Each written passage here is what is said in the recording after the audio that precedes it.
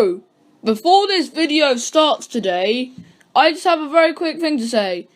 If you hear any background noise, then please, I do apologise, because I have my windows open as it is a hot day today. I need to get some air in here. But anyways, guys, yeah, today we're doing part number 2 to the EU referendum argument video, which I made on YouTube. I made on YouTube and uploaded it. So let's get to part 2, guys, now, shall we? Right. So today we are going to be reading David Cameron's Resignation full statement. Good morning. Here it is. So here is how it goes. Good morning, everyone. The country has just taken part in a giant democratic exercise, perhaps the biggest in our history. Over 33 million people from England, Scotland, Wales, Northern Ireland, and I can't say it. Sorry. Sorry, I can't say it. Have all had their say. We should be proud of the fact that in these islands, we trust the people for these big decisions. We not only have a parliamentary democracy, but on questions about the arrangements for how we've governed. There are times when it is right to ask the people themselves, and that is what we have done. The British people have voted to leave the European Union, and their will must be respected. I want to thank everyone who took part in the campaign on my side of the argument, including all those who put aside party differences to speak in what they believe was the national interest, and let me congratulate all those who took part in the Leave campaign for the spirited and passionate case that they made.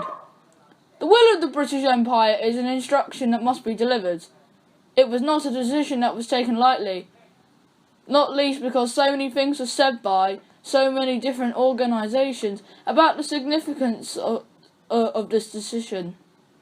So there can be no doubt about the results. Across the world, people have been watching the choice that Britain has made. I would reassure those markets and investors that Britain's economy is fundamentally strong, and I would also reassure Britons living in the European countries and European citizens living here, there will be no immediate changes in your circumstances. There will be no additional change in the way our people can travel, in the way our goods can move, or the way our services can be sold. We must now prepare for a negotiation with the British Union. This will need the full engagements of the Scottish, Welsh and Northern Ireland governments to ensure that the interests of all parts of our United Kingdom are protected and advanced. But above all this will require strong, determined and committed leadership. I am very proud and honoured to have been Prime Minister of this country for 6 years. I believe we've made great steps, with more people in work than ever before in our history.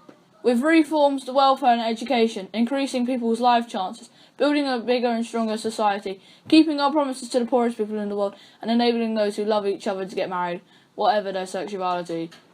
But above all, restoring Britain's economic strength. I am grateful to everyone who's helped to make that happen. I've also believed that we have to comfort big decisions, not to duck them. That is why we have delivered the first coalition government in 70 years to bring our economy back from the brink. It is why we delivered a fair, legal and decisive referendum in Scotland, and it's why I made the pledge to renegotiate Britain's position in the European Union and to hold the... Sorry, give me a minute. And to hold the referendum on our membership and have carried those things out. I fought this campaign in the only way I know how, which is to say directly and passionately what I think and feel, head, heart and soul. I held nothing back. I was absolutely clear about my belief that Britain is stronger, safer and better off inside the European Union. And I made clear that the referendum was about this, and this not alone. Not the future of any single politician, including myself. But the British people have made a very clear decision to take a different path, and as such, I think the country requires fresh leadership to take on this mission. I will do anything I can as Prime Minister to steady the ship over the coming weeks and months. But I do not think it would be right for me to try and be the captain that steers our country to its next destination. This is not a decision that I've taken lightly, but I do believe it's in the national interest to have a period of stability and then the new leadership required. There is no need for a precise timetable today, but in my view we should aim to have a new Prime Minister in place by the start of the Conservative Party conference in October. Delivering stability will be important, and I will continue in post as Prime Minister with my Cabinet for the next 3 months. The Cabinet will meet on Monday. The Governor of the Bank of England is making a statement about the steps that the Bank and the Treasury are taking to reassure financial markets. We will also continue taking forward the important legislation that we set before Parliament in the Queen's speech. And I have spoken to Her Majesty the Queen this morning to advise her of the steps that I'm taking.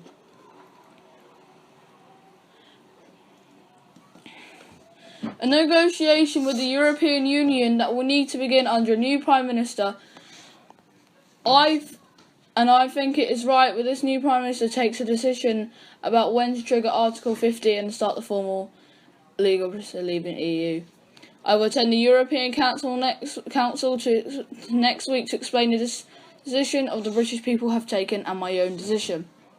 So, this is what David Cameron has said in his resignation full statement. Now, I know this video is getting on to about 6 minutes, but, you know, just going to end it here, guys, I guess, because there's not really much to talk about. So, that is me covering over David Cameron's resignation, and I may do one last video on the EU referendum, but we'll have to see what happens on the news. Thank you guys so much for watching this, and I'll see you guys in the next video.